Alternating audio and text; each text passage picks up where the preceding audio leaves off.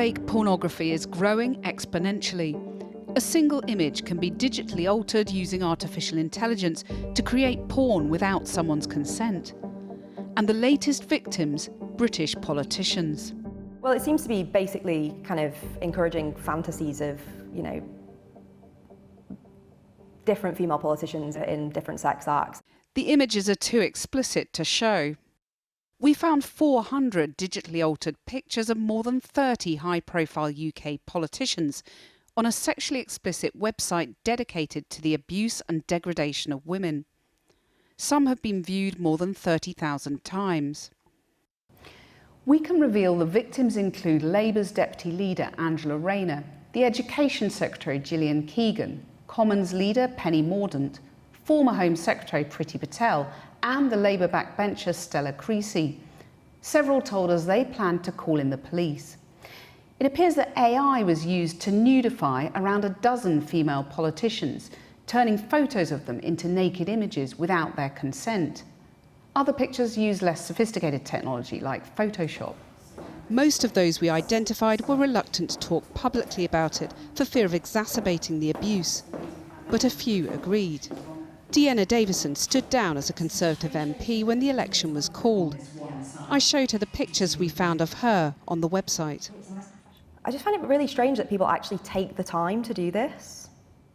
And the fact that this is out there, widely accessible. Yeah, totally. I mean, you can get onto this website just by, 2 clicks, basically, which is pretty disturbing. I'm just fortunate that the quality of the photoshopping is really terrible, but it's still quite violating. The disturbing site, which we're not naming to protect those abused on it, has existed since 2010. Anonymous users share thousands of non-consensual photos, post degrading comments and pictures of men masturbating. Our research found that in the last 3 months, the site had more than 12.6 million visitors, 9% of them from the UK, and 2/3 of the clicks via search engines. I come at this from a point of view where I actually weirdly do believe in internet freedom and the freedom for sites that I may not agree with to exist, but this is different. This is a whole different ballgame. How concerned are you about this new technology supercharging this kind of abuse? Really concerned, actually. As lawmakers, you're always kind of slightly behind when it comes to technology. It advances very quickly. But there has to be an early awareness that unless we get a proper AI regulatory framework in place, and there has to be an international effort here too, because we know that this sort of thing transcends borders, we are setting ourselves up for some major, major problems. But while several of the politicians we spoke to are now in contact with the police, they may struggle to get any action. Sharing or distributing non-consensual deepfake content is now a criminal offence. But while the government said in April it would also outlaw the creation of deepfake porn as part of the criminal justice bill, that was dropped when the election was called. Labour's Stella Creasy agreed to speak to us about the images we found of her. I felt absolutely sick to my stomach when you contacted me to let me know. It's a form of sexual abuse.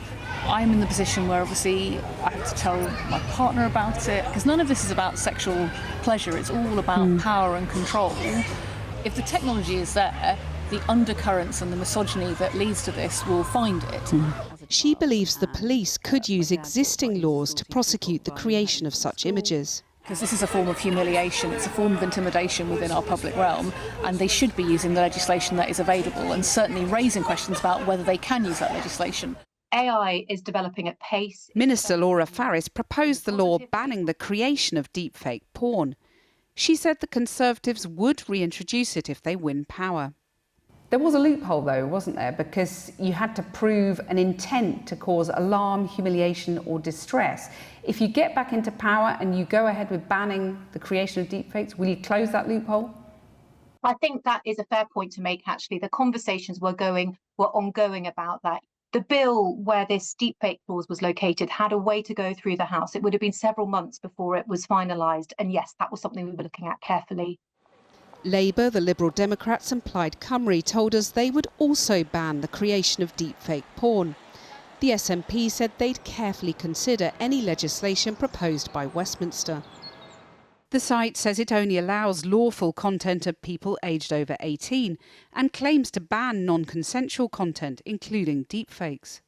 But illegal activity on the site has led to criminal convictions in the UK and across the globe.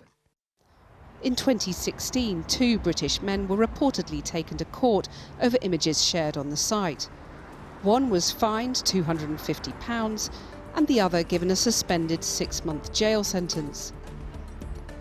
With near cross-party consensus on the issue, victims of deepfake porn hope to see action early in the next Parliament.